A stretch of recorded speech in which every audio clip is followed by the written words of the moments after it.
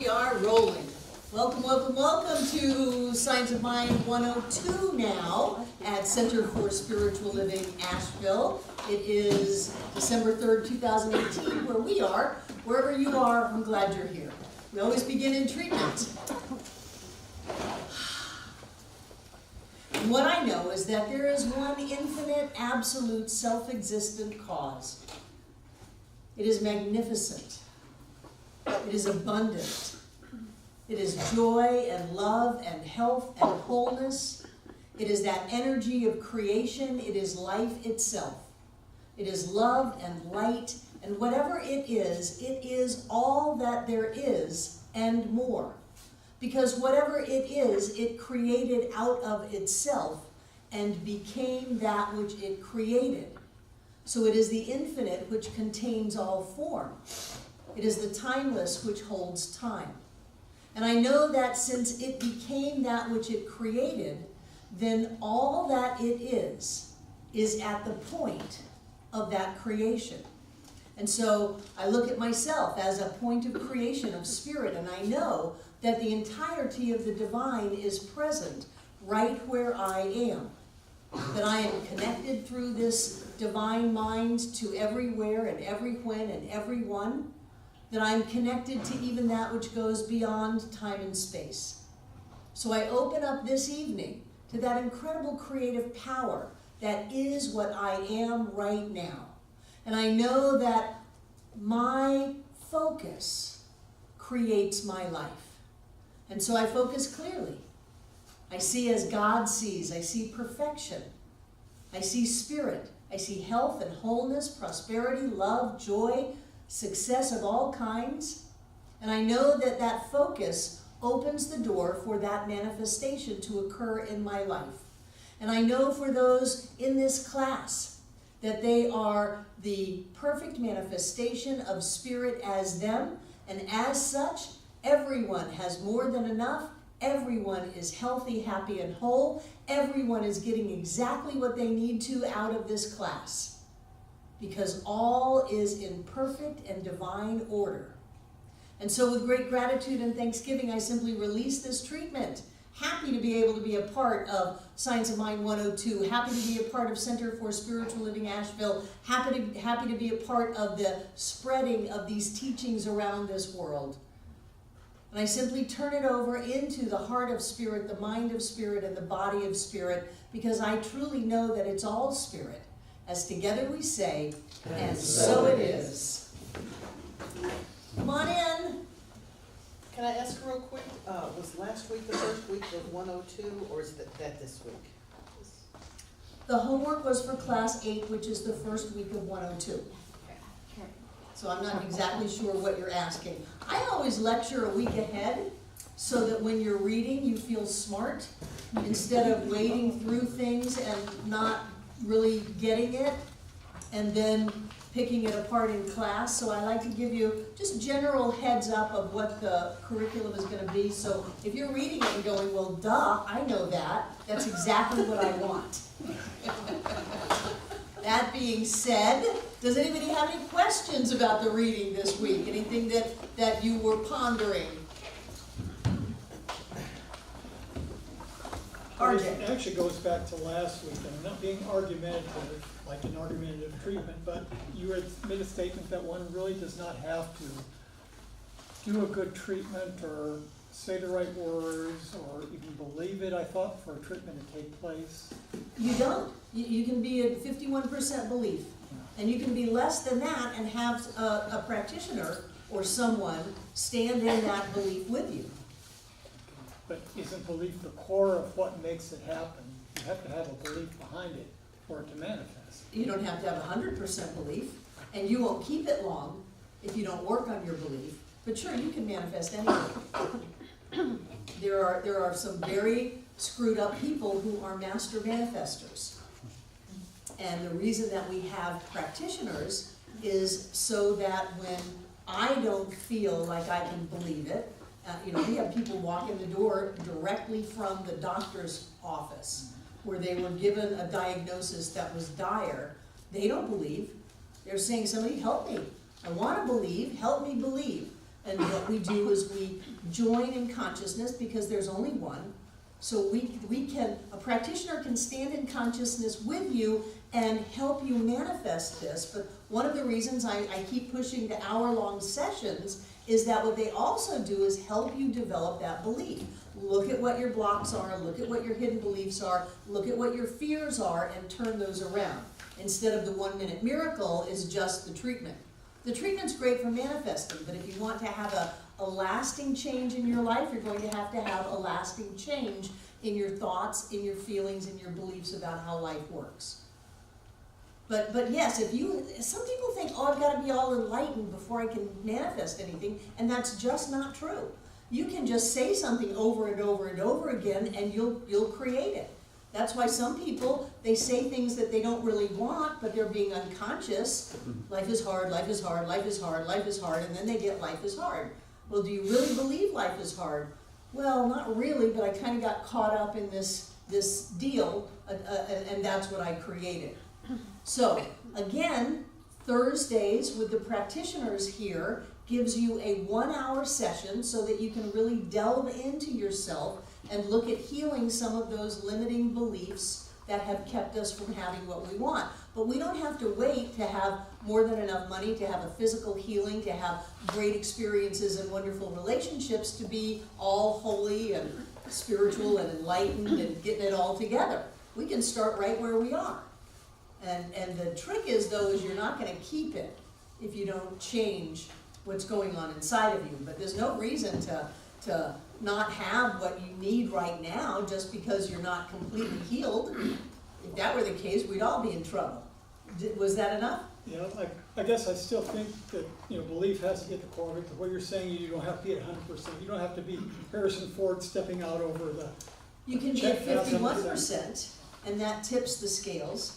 But even if you're not there, if you have a practitioner working with you, knowing that with you, then that tips the scales and the manifestation occurs. But like I said, once the practitioner withdraws that consciousness and you're left on your own, if you don't do some changing inside of yourself, you're going to recreate that same situation over and over and over again. And that's one of the things that practitioners learn, is when the client has come back for the 3rd time for the same thing, then there needs to be an element of teaching going on and not just the treatment. Breezy. As part of this, included in that intention, Sure. in with the belief, because you may not believe something, but you intend for something to happen, yada yada, as far as... Sure, we're all just doing the best that we can, including remembering to turn the mic on, yes. And whatever word you use to get that energy moving, whether it's intention, whether it's acceptance, whether it's belief, whatever word you're using, you're creating a vibrational alliance with that which you want. And anything that's going to cut that energy off, like I don't deserve it, or it's impossible, or I've got to wait 10 more years to have that, anything that's going to cut that energy off, you want to look at shifting. Because we can have everything right here and now. Any other questions? Okay, treatment demonstrations from last week. You're watching out for your demonstrations, you're looking for them, you are writing them down, your treatment demonstrations. I have to say goodbye to my dangly earrings. Jane. I have a radio that I listen to in the morning, and I never could understand what they were saying. But Amanda treated for my hearing, and so I turned on the radio, and lo and behold, I was hearing every word. Yay! Yay! Wonderful treatment. We have had a number of hearing healings in this center. Oh my! I remember Nancy Peavy got peeved after her hearing completely restored, because she said the world is so loud, and she's got to get rid of these clocks in her house that go tick, tick, tick, tick. I didn't have that trouble, but I was listening to the radio, and then I suddenly thought to myself, I'm hearing every word that this, what's Yay. going on, and Good I for you. realized it was for treatment. So if anyone has any health issues, you wanna go see Amanda? Oh, buddy. Who else? Steve? I don't know if this qualifies, but, so one of my treatment partners was talking about how Breezy did such a great job for her with the treatments in the previous week. So then I felt like I wasn't really, so we kind of had our conversation around treatment. That was kind of weak.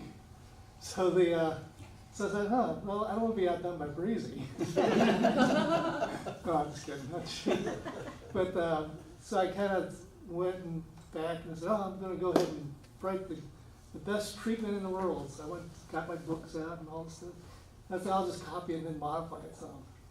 Just like doctor it up or semi-plagiarism type stuff of what's already there. And I said, well, but then I was getting through there and two things happened. So then I was kind of going through all this stuff and it's like, wow, this is pretty, I can feel this energy doing this, just studying it or whatever you want to call it. And then it was like kind of cool. So then I sat down on the computer and started typing stuff up and I didn't have to look at anything. And it all just came out. Came out of you. And it was wow. That's the best treatment. Yeah. That's the best treatment, is the one that comes out of you. Good, good, yeah, yeah. Good. Cool. Who else? Demonstrations. Arden. Karen and I did treatments last week, and we're both glad Thomas at it, but, I found that in a week, I was in a much more comfortable body than I had been. Yay, yay. Even if you are not an expert, even if you may not have the right words, you can still set your intention, accept a change, and have a shift happen. Good for you, good for you. Ernest used to have the old ranchers out in California treat over their cattle. Speak the word over the flock, over the herd. Word over the herd. Word over the herd. Anybody else? Jack? Ann treated for me for my class last Wednesday too. I don't remember exactly how I worded it, but it would really benefit the folks who showed up. And from my perspective, I thought it went really well. I have no objective measurement of that though, so I assume it was good. That felt good for me. Good. I've heard a lot of rave reviews about that That's good to know. And they did ask for EFT class. They did ask for an advanced class too. So that should be some positive. Didn't what? They wanted to have a 102 or. Oh, yeah, or advanced. I wanted to have another class in the spring. Great. I said, yeah, let's do more of this. Yeah, good, good, good. That was evidence, I guess. Good demonstrations. Ernest says that as long as your life is getting a little bit better every day, you're on the right track. So we don't have to be enlightened. We don't have to have everything happen all at once.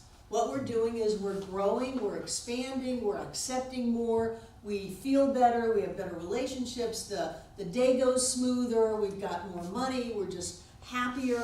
Those are all good signs of using this teaching to create your life that gets better and better. And honestly, I have not seen anybody who actually comes here and does what we teach whose life has not gotten very discernibly better. There are some people who come and they don't do what we teach.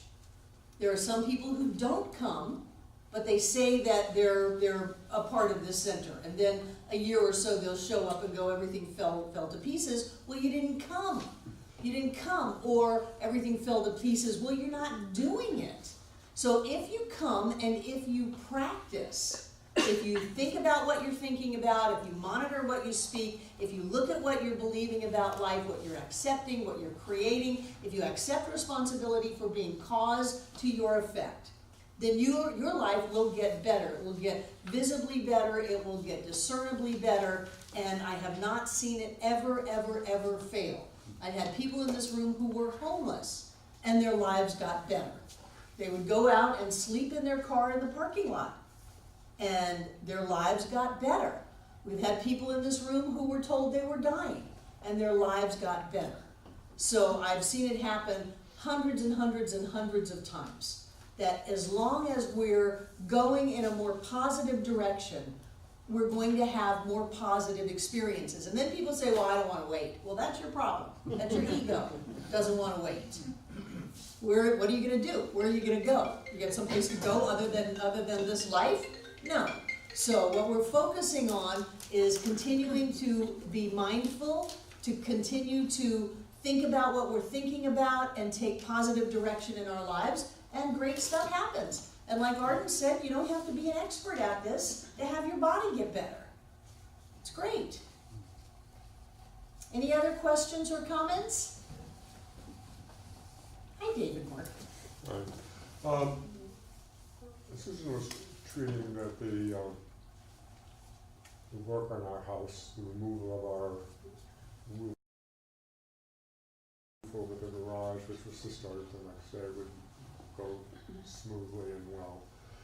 And it turned out that the framers didn't show up, and they didn't show up. And the contractor had to go out and find another set of workers. And they showed up this morning. And the roof's off and it's already half back on. It's going very well. Mm-hmm. So you were coming into alignment with your perfect and right framers. I think there's even more to that, because actually, as it turned out, last week was not very favorable weather-wise to have a roof off of your structure and so forth. So it's that, and the demonstration's in process, so I'll let you know how it turns out. Yay, good, good, good. I always am grateful for closed doors. I take closed doors as wonderful guidance. And I'd rather have the door closed in front of me, like the framers don't show up, they don't show up, they don't show up. That's a closed door. Than go down the path where it's not going to work out. Thank you for saving me all of this time, consciousness, so that I'm not doing what is not going to be in alignment with my highest and best, in harmony and balance and peace and joy and all of that good stuff. If that's not going to demonstrate that way, if it's going to be struggle and suffering and problems, shut the door. And let me go look for something else, because it's not that one, because the door is closed. Sometimes people come in, they're all frustrated that the door is closed. No, be grateful that the door is closed.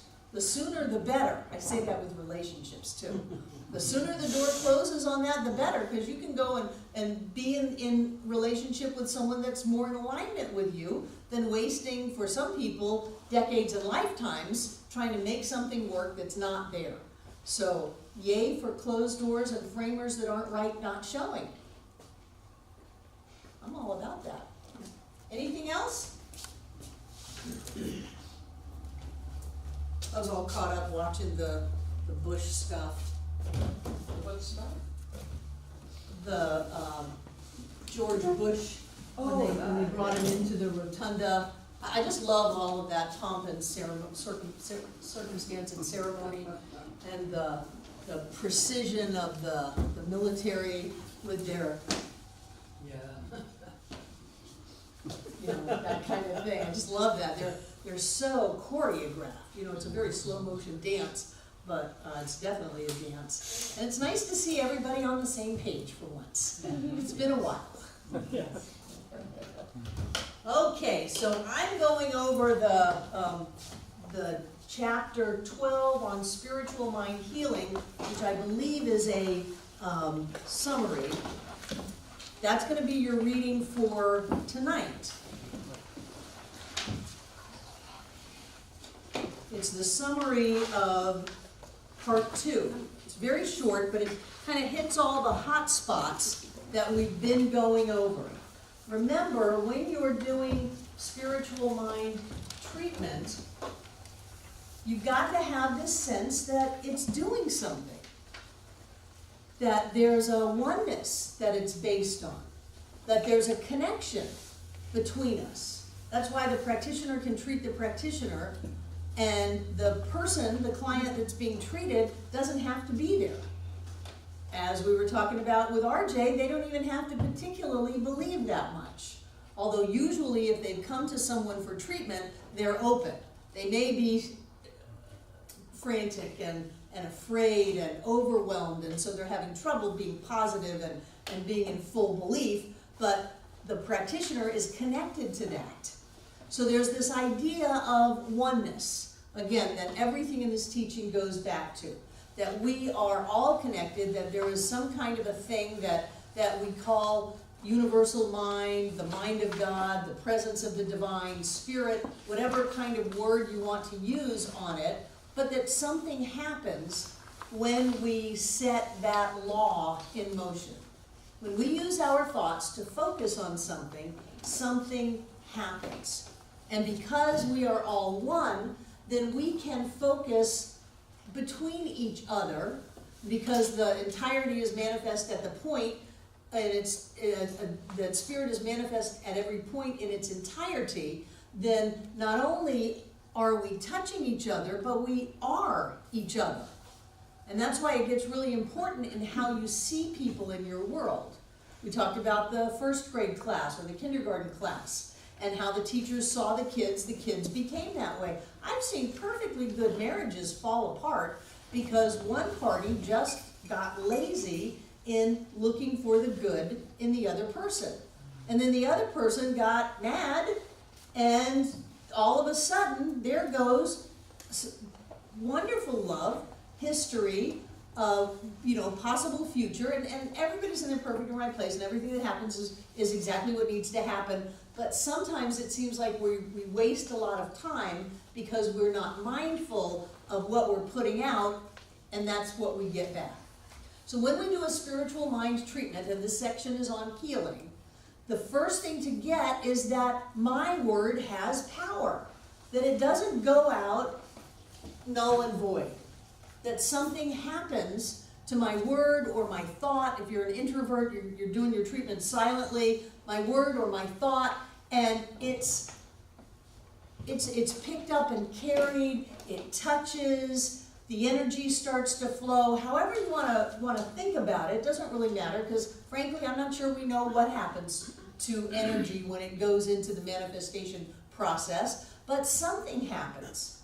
And to know that our word has power more than the word of the doctor, the x-ray, the diagnosis, the bankruptcy, the letter in the mail, the rejection, the family genetics, whatever that is, that our word has more power than that. That's the beginning point of being able to do spiritual mind treatment and having healing result. If you go into spiritual mind treatment and go, oh, well, this is just shouting down a canyon and nothing's happening with me saying this, you're not going to be a very effective healer. If you go into treatment and go, oh, and this is something that happens even today, I have to have the person agreeing, or their belief has to be wide open so that they can accept their healing. I've heard many a practitioner cop out on the reason their treatment didn't demonstrate by blaming the client, that the client couldn't accept it. The client wasn't ready. The client wasn't open enough. That's all a crock. What is known, truth known, demonstrates instantly. Instantly. So if the practitioner is knowing the truth, that demonstrates in that client's life instantly, because there's only one, because we're all connected, because my word is setting spiritual law in motion, and something happens to that, and it manifests. And when I focus it on RJ, then my mind and RJ's mind, my life force and RJ's life force, however you want to describe it, are one and the same. And so what I know inside of me about RJ is demonstrated in RJ's life. RJ could be in great pain, and I could demonstrate for him, and the pain can go away. People can be in great fear. That's what practitioners do. They don't deal with people while they're at their best. People don't go to a practitioner when they've got it all together. They go to the practitioner usually as a last resort. They go to practitioners desperate. They go to practitioners crying and afraid. And that's when the practitioner stands so clearly on what they know that it supersedes and overrides the consciousness of the moment of the client. Not necessarily their whole consciousness, but in that moment, they're freaking out.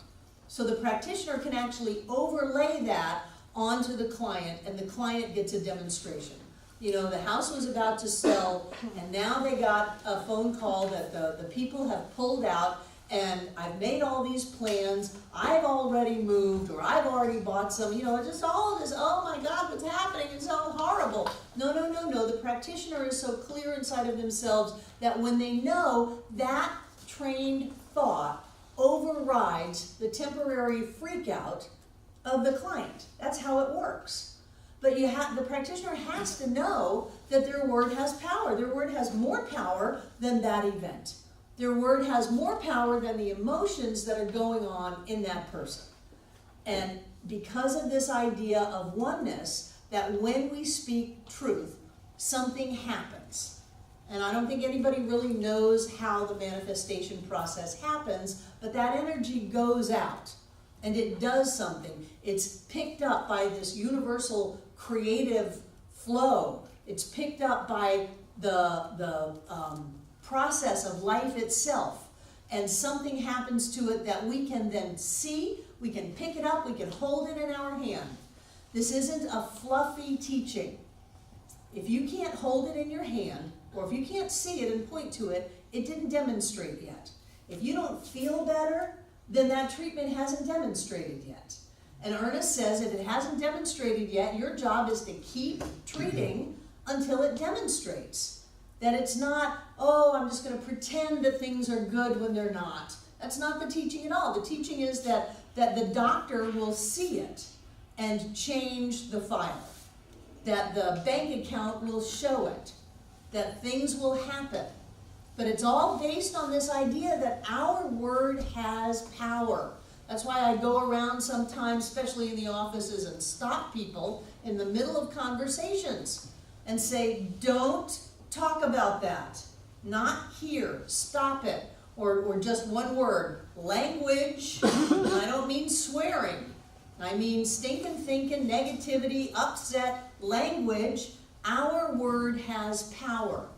And the power seems to be connected to all that there is and does stuff so that after the word is spoken, things happen. When you have that belief that really you're in charge of your life and that you can have circumstances change, then you've got a good foundation for being able to do spiritual healing for other people or for yourself so that you can speak your word, know the truth, and have the demonstration no matter what. And we've had so many cool things happen. One of my favorite things we do here is regrow kidneys. The what? We regrow kidneys. Oh, Last year we had 2 people who were told by their doctors that they were in renal failure. And they came here and they both had refused dialysis. Said, if I'm in renal failure, I'm just gonna go. I'm not doing dialysis, I'm not gonna do that. And inside of 2 weeks, both of those people had their tests again and their kidneys were working perfectly. I leaned heavily on that when I succumbed to going into allopathic medicine, which I resisted for decades. And they said, oh, you're in chronic kidney disease stage 3A. We're not talking about dialysis yet. I said, we're not talking about dialysis at all. We're not going there.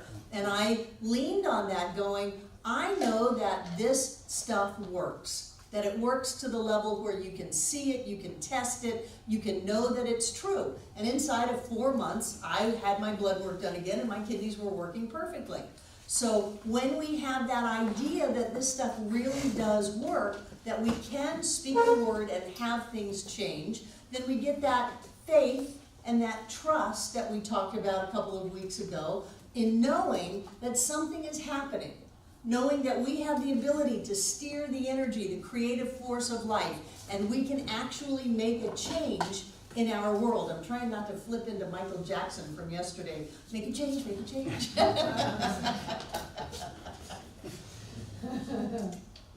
So what we want to do is we want to have this sense of faith that something can be done.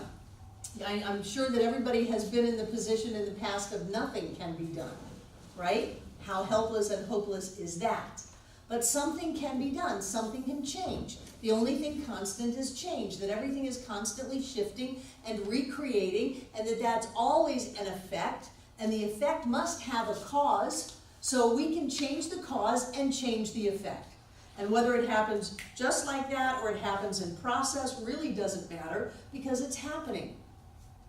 One of the reasons we like to have people get up on stage and talk about how diagnoses change, how things are completely different, is so that when other people are in that circumstance, they can go, oh, wait a minute, Susan was talking about that, and it just completely changed.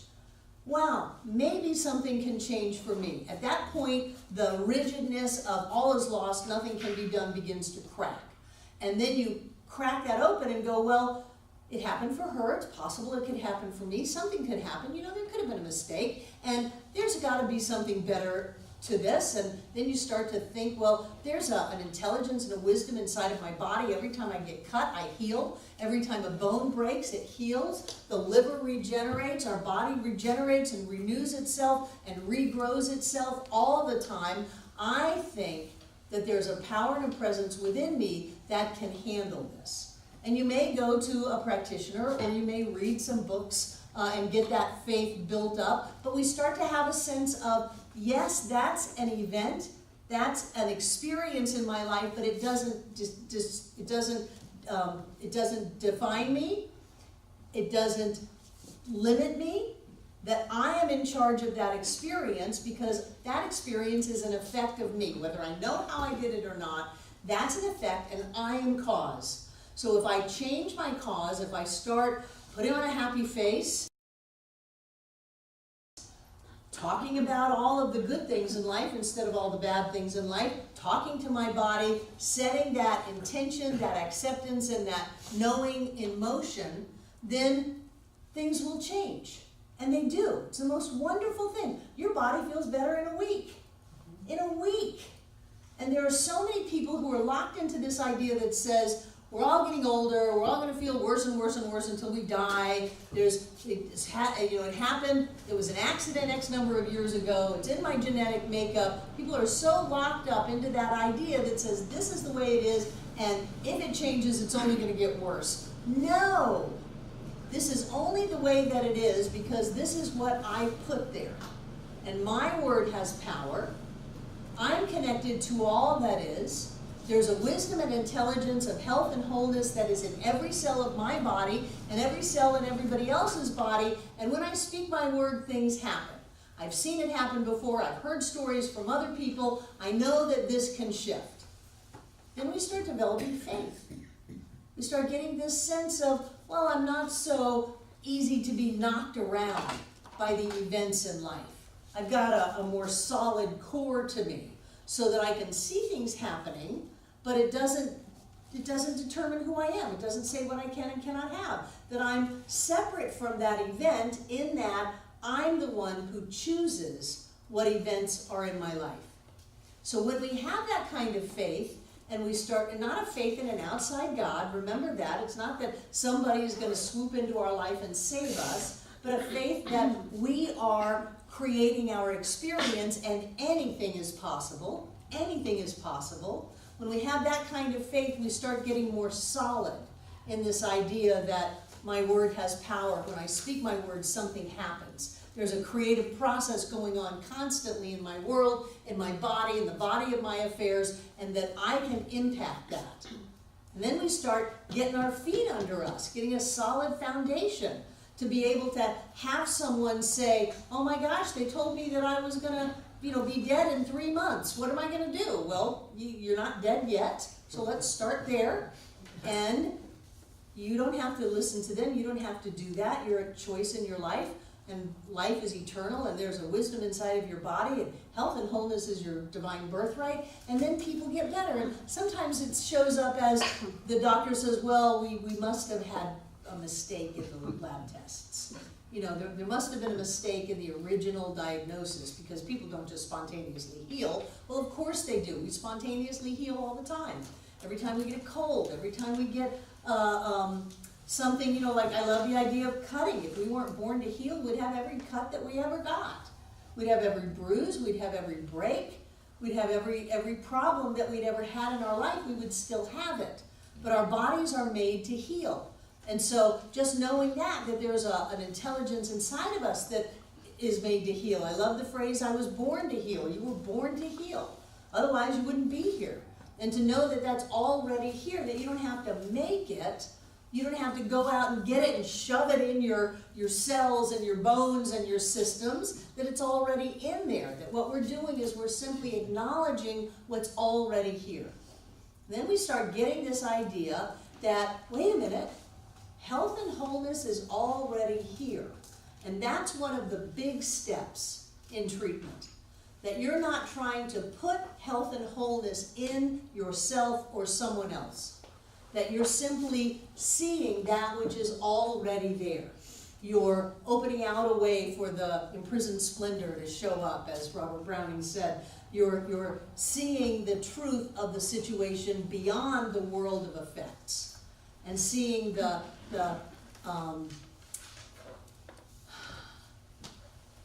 Ernest said that there's a spiritual man, because he was very, he was using the gender of the day. There's a spiritual man who has never been sick, who has never been afraid, who has never lacked anything. There is a spiritual self of us that has never been touched by any lack or limitation or disease or malfunction of any kind. And that getting to that awareness, getting to know that part of us, lets that be more and more dominant in our life. In some of the places in the textbook, Ernest says all you have to do in treatment is to know that the person that you're treating for is spirit. And that, like last week, would be a realization treatment. God is, I am, and so it is. God is, Amanda is, and so it is. That all there is spirit, I am spirit, Amanda is pure, perfect spirit in every way. And to get clear about that heals, changes form, changes circumstances, and allows that, it doesn't even heal.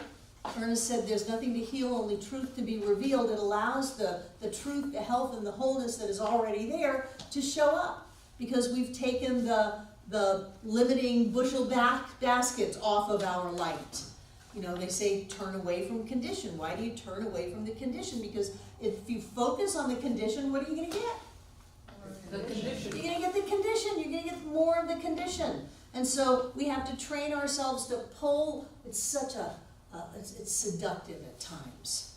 Oh, the pain. Oh, the drama. Oh, the upset. Not to mention that then you couple that with the biochemical drug factory that we have going on inside of ourselves, so that when we get upset, we secrete adrenaline and we get high and we can be addicted to that drama adrenaline rush.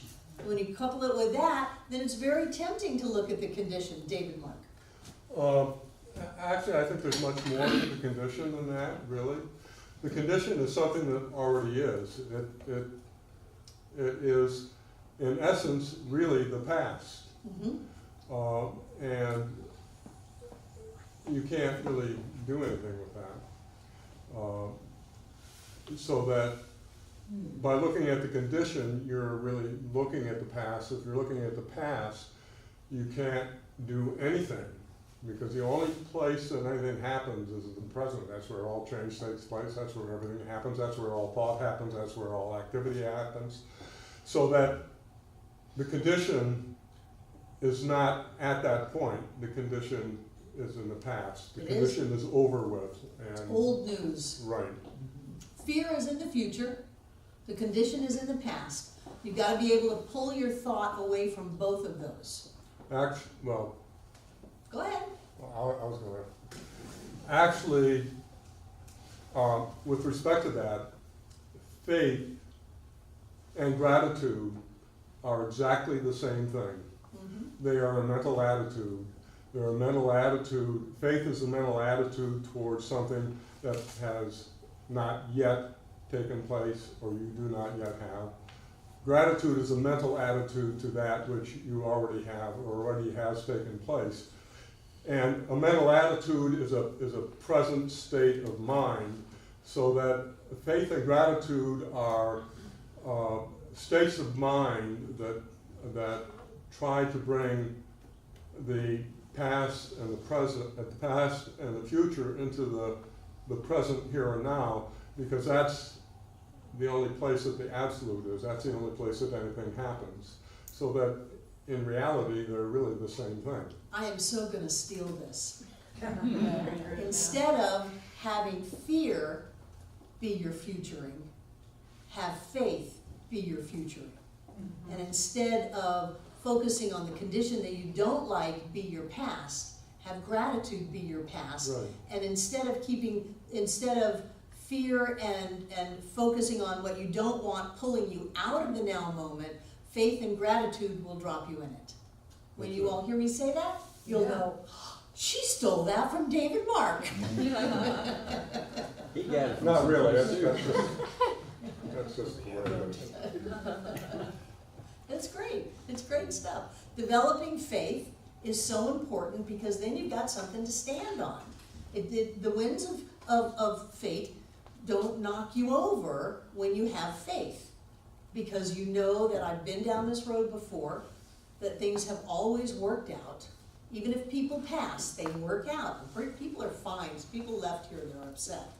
That everything has always worked out, that I've got what it takes, I can get help. You know, like the argumentative treatment, we sometimes have to work ourselves into pulling back from freak out into breathing and relaxing and looking around for alternatives, pulling ourselves back into the now moment, which is the only place you can create from, maybe asking for help from someone else, and all of a sudden, instead of going down the same road we've gone down before because we were focusing on the past, then we have an opportunity to create a whole new life. And that comes from pulling ourselves away from the drama, pulling ourselves away from the fear, and being able to breathe and calm down and think about what it is we want and how we want to create that in our lives. Not from, oh, I created this mess, you better get off your spiritual butt and create something better, but now just a minute, I don't need to go there, I can, back up, I can rethink this, I can have a second thought, I can look at this again. And again, that's why, especially in a first year class, that's why it's so important to see practitioners, because they give you another option. They give you another viewpoint, so that you can look at things differently, and so that someone can help you. So often we feel like, okay, my life is a reflection of my consciousness. I am all alone in this. And it's not true, because we're all in this together. We're creating our reality. I'm creating my reality, but I'm not creating it alone, because I and you are the same us. Ophia. Something between what he said and you said, that I wrote out somehow, growing up with like PTSD and depression and anxiety, the idea, what I wrote was relax back into the comfort of the present. And like that idea has never been real for me. Like, and thinking of the idea of like, no, it's comfortable being like where I am. Just, thank you, that's fair. Yes, you're not a child anymore. You can relax into the comfort of the now moment, because truly everything is fine. Not only that, everything is pretty good. Getting better and better and better. If you feel tired after you're giving a treatment, what happened? Something happened. You're not, I'll give you a clue. You're not supposed to feel tired after you give a spiritual mind treatment. Susan. I think something is pulling from you rather than you're taking in that good energy. When you do a treatment, you're in alignment with some amazing energy, and it fills you up. Some people can't do treatment before they go to sleep because they can't get to sleep. They're so full of energy. So if you're feeling depleted and, oh, I'm working so hard at this treatment stuff, then that's not coming from a high place. That's coming from a low place. That's coming from a place of, oh, how did it sound? Did I use the right words? Am I good enough? If I focus really hard, can I just make it happen? And the truth is you can make it happen, but it's exhausting, and all you're making happen is that which is in alignment with this instead of that. So check yourself out. If you're feeling tired, you're putting a lot of personal responsibility on yourself, and that's not it. We want to catch the high wave and fly in our treatments. We want to be lifted up and carried into this cosmic awareness of oneness and perfection, of wholeness and joy. We want to have tears come out of our eyes from happiness. We want to have that energy of being filled and overflow and bring whoever we're treating for in there with us and have that healing show up. And it's not on our back. That's why when people come up to me and say, oh, you saved my life, like, I didn't save your life. You know, I might have done a treatment for you, but that wasn't me, and you did your life. I'm just over here in Asheville, North Carolina, doing my thing. Wasn't me. If it's me, I'm gonna be in big trouble, because then I'm gonna have to save the next person's life, save the next person's life, save the next person's life, and before you know it, I'm gonna be overwhelmed and exhausted and depressed. I'm not gonna be any good at what I do anymore. It's not me, but what we do is we aim high. We aim for the perfection and the wholeness of all, the presence of the divine, knowing that all is well right here and right now, pulling ourselves away from the condition or the story of the past, focusing on this now moment. That's what we aim for, and there's incredible energy in that. It's energy that's joyous, that's open and free, that lifts you up, energy that can keep you awake at night. And that's what you're aiming for. Don't burden yourself with, now I've got to prove that I can manifest this. I have treated for lost keys for decades.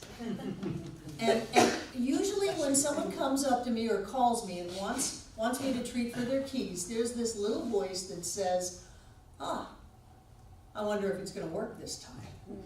And I have to set that aside and go, I know there's nothing lost in divine mind, including blah, blah, blah.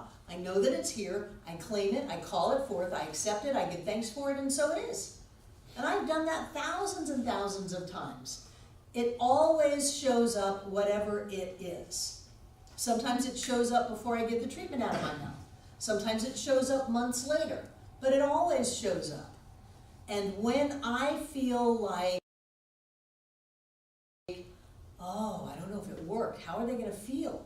I'm supposed to find stuff. That's my job. I am the one who finds lost keys. You know, Barbara, St. Barbara, finder of lost keys. When I come at it from that point of view, I'm not doing very good. But when I can do the treatment and then literally forget about them, then sometime in the future they say it worked. Or I get a phone call where before you even got it out of your mouth, someone's handing you your keys, and I didn't even have anything to do with it anymore. Susan. So when you have that, maybe it won't happen this time voice, your history, or the history of having it show up, that works in your favor. Sure. And that's just my ego. Because I want to impress who's ever come to me for that. I want to be superwoman and be able to just manifest lost keys out of thin air. Say, look, you love me now? You love me now? What else can I do? Make sure you love me now. It's all neurotic. But it does help to know that, well, for the last, 2,000 times it worked, so maybe just chill. Because I have a very active, but maybe this time it won't, or this is the time It's called that. critic. It's Very called active critic. It's called fear for me, yeah. I make lists, of what has worked. You said everything in the past. When you said that, I just wrote down a whole bunch of organs that I, could have volunteered for them to, okay, take my this, take my that. It was like, no, I couldn't see that in my life is happening, and I refused. And then I got treatments and whatever, but it was like, no, I'm not doing that, including the latest one. No, I'm not going to do that. But it always comes, I won't say always, it's a strong voice within me. That is the voice of doubt. And that's where argumentative treatment comes in, like we talked about last week. So that when that voice of doubt comes in, whether you're doing a full-fledged treatment or it's just passing by, giving you a little shot well, that's not gonna work. You can go, no, of course it's already worked. It's already happened. I'm already in the future and it's already done. And just take the energy away from that part of you. And I find that asking for help at that time, support, call in the troops and get support. And I call you, I call a practitioner, I read the book, whatever it is. It's, David's been great to work with. It's like, what we help do. me in my unbelief or my temporary unbelief. I believe, help me, mine unbelief, whatever Right. the phrase is, yeah. Right. And the fact that we don't have 30 anymore, but we've got like 25 practitioners. They live for doing treatment for you. They long. We have people on Thursdays that are just sitting here hoping somebody walks in the door to come for treatment. That they have taken time out of their life to sit here and wait.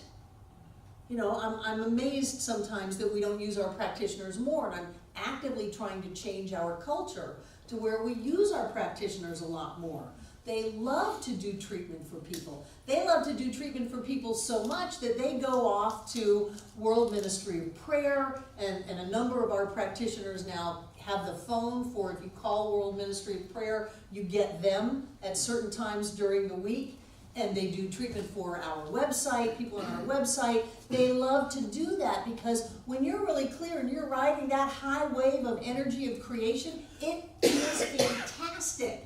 It feels fantastic. And so what we want to do is we want to ask for help. We want to avail ourselves of that. We want to heal. We want to grow. We want to get better. We want to demonstrate better lives. And we do it together because none of us is alone. Because there's only one means that we are all the one.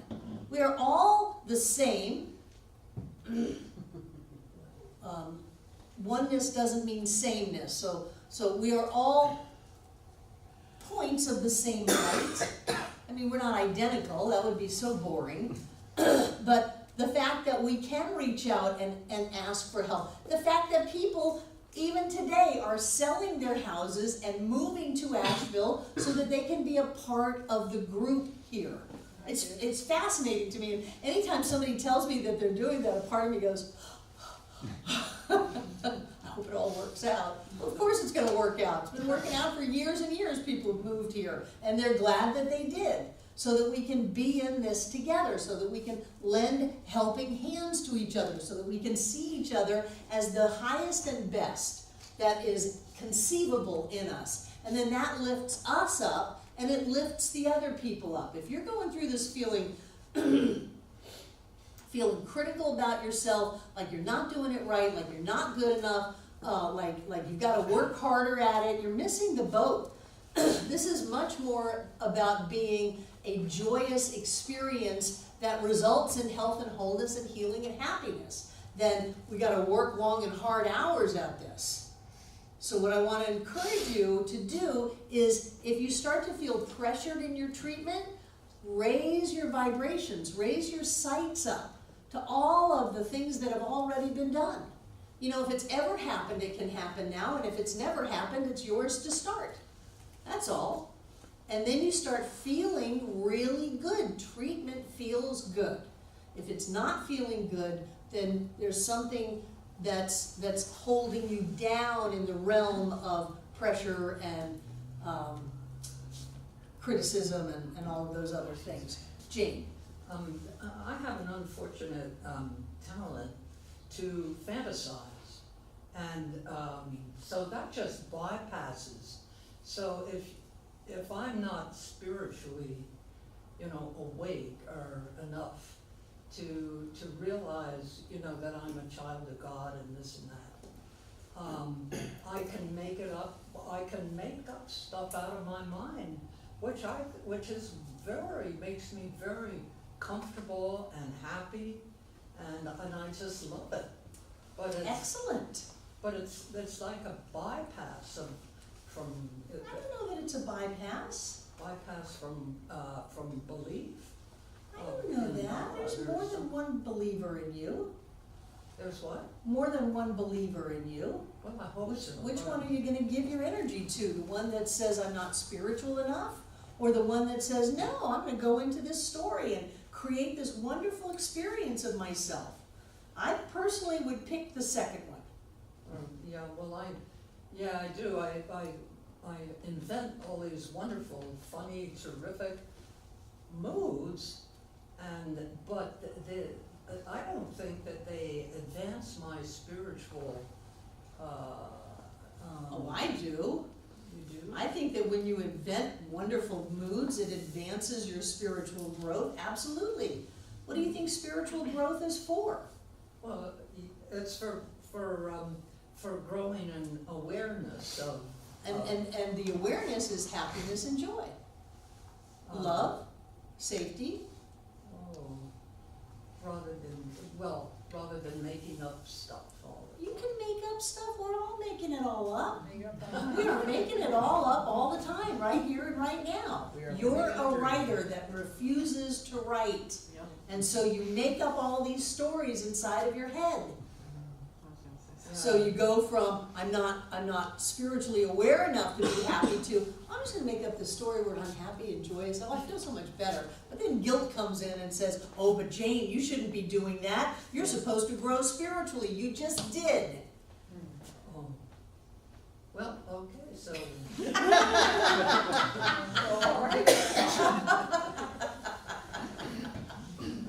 Okay, so this is a crash course in practitioner class. You are all wonderful treatment people. You're getting demonstrations. You're feeling better. You have a good basic understanding of treatment and the hows and the whys that we think it works.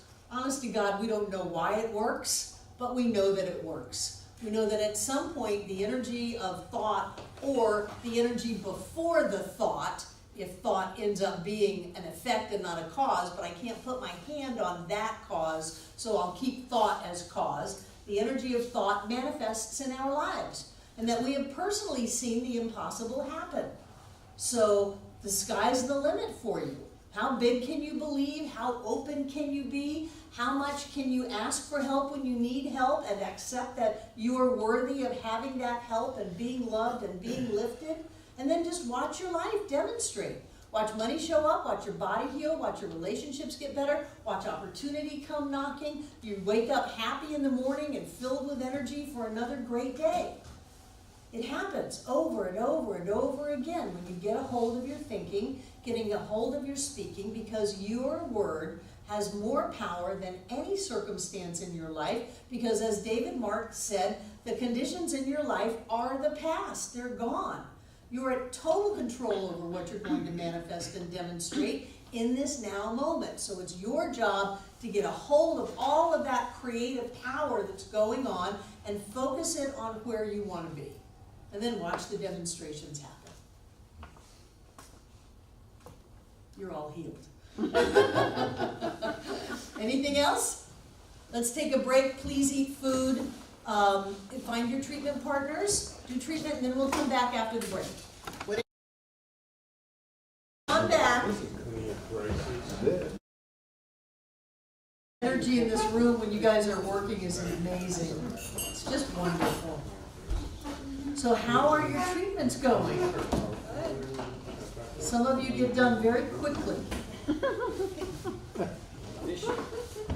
Efficient treatment work. Are you feeling confident? Good. something to work with. How about those of you receiving treatment? Are you feeling like you're getting what you're asking for? Yes. Sure. Good. Totally. Absolutely. If you're not, it's on you to speak up. So if you ask for a red Mercedes-Benz and someone treats for you for a job, you may want to clear that up. Because people who do treatment usually get lost in it, and they think that they're treating exactly for what you said, and if you're going, no, that's not really what I meant, then it's your job to speak up and to ask for another treatment. To say, really, I may have said that, but really what I want is this, or something like that. Why do I make noise? It could be loose. you go. Hello? Am I on? Yeah. So, do you have anything to share about your treatment work? Does anybody else just tune into the room? What? Oh. Try that. After you're done with your treatment, just tune into the room. It's really cool in here. I feel a tingle. Mhm. All, you know, it's just, you know, it feels like one of those, things, you know, when I was a kid, I used to put my hands through those little voltage things. You know, it's harmless. Screwdriver in the wall? No, it's harmless, you know.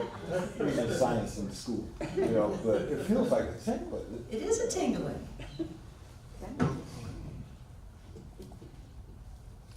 Good. Anybody else feel anything? Susan? I said to David and Mark, and I say it often, I just feel such gratitude and just love. I mean, I feel the tangible love and the gratitude of us who are here working together and just being here. So, and whatever fills the space, I just feel that I'm absorbing it. Mhm. Well, since we're all one, we're all getting every treatment that is being given.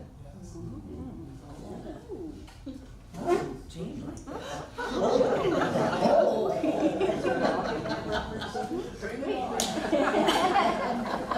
That's why practitioners like to treat for you, because it's bring it on. They're going to get everything that they treat for. Any other sharing? Okay, take out what you're gonna give. Those of you watching online, I have been corrected. On your YouTube page, if you go to the upper right corner of the screen, there is a little P for PayPal. And if you click that, it will take you to our PayPal account, and you too can contribute to the spreading of these universal principles all around the world. Whatever you give, we're grateful for that. And if you're in a position where you're learning how to create money, then keep watching and I'll teach you how.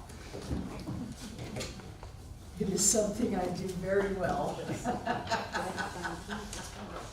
And so what I know is that Spirit being all in all, as all, is abundance beyond our wildest dreams. I know that we are created out of this energy of more than enough, of prosperity, of blessing, of overflowing good, that it is who and what we are. And so I claim for each one of us that we have more than enough in our lives, that not only are all bills paid and cleared, but that everything that we want, we have. I know that we live the rich life. We have more than enough to do whatever it is that we choose to do in life. We are loved, we are supported, and we are blessed. And so I know that as we give this gift today, that gift comes from our fullness, and it continues to spread the consciousness of abundance and prosperity and blessing everywhere that it goes. I am deeply grateful for the abundance of this life, for the prosperity in each of our lives, and for how blessed we are. And I release this treatment into all that Spirit is, ever increasing, blessing after blessing after blessing. And together we say, and so it is. All right.